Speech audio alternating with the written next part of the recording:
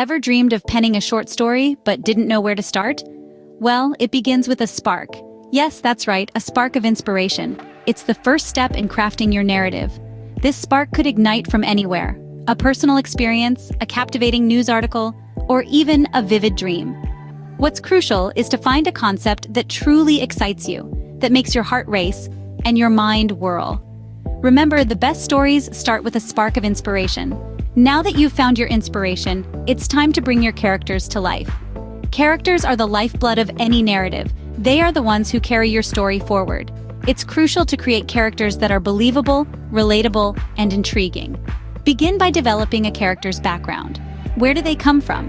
What experiences have shaped them? These details add depth, making your characters feel more like real people. Next, consider their motivations. What do they want? What drives them to act? Motivations reveal a lot about a character's personality and can guide their actions throughout your story. Speaking of personality, it's vital to give your characters distinct traits. Are they shy or outgoing? Kind or cruel? Their personality should influence how they react to situations and interact with other characters. To keep track of all these details, consider creating character sketches.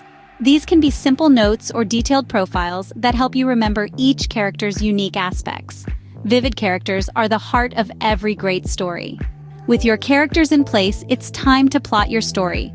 This is where the magic happens, where your characters come to life and engage in a world crafted by your imagination.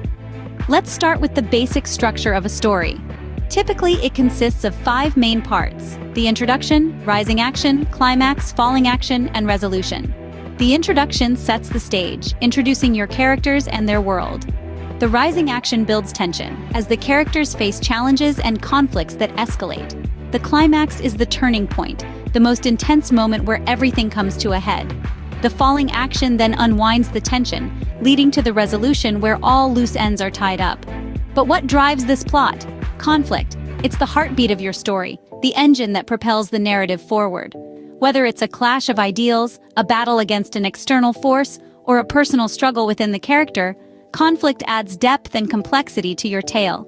It's what keeps your readers hooked, urging them to turn the page to find out what happens next. Before you start writing, it can be helpful to outline your plot. Jot down the major events, the conflicts, and how they'll be resolved. This roadmap can guide you as you weave your story, ensuring you stay on track and maintain a steady pace. A well-plotted story keeps readers on the edge of their seats.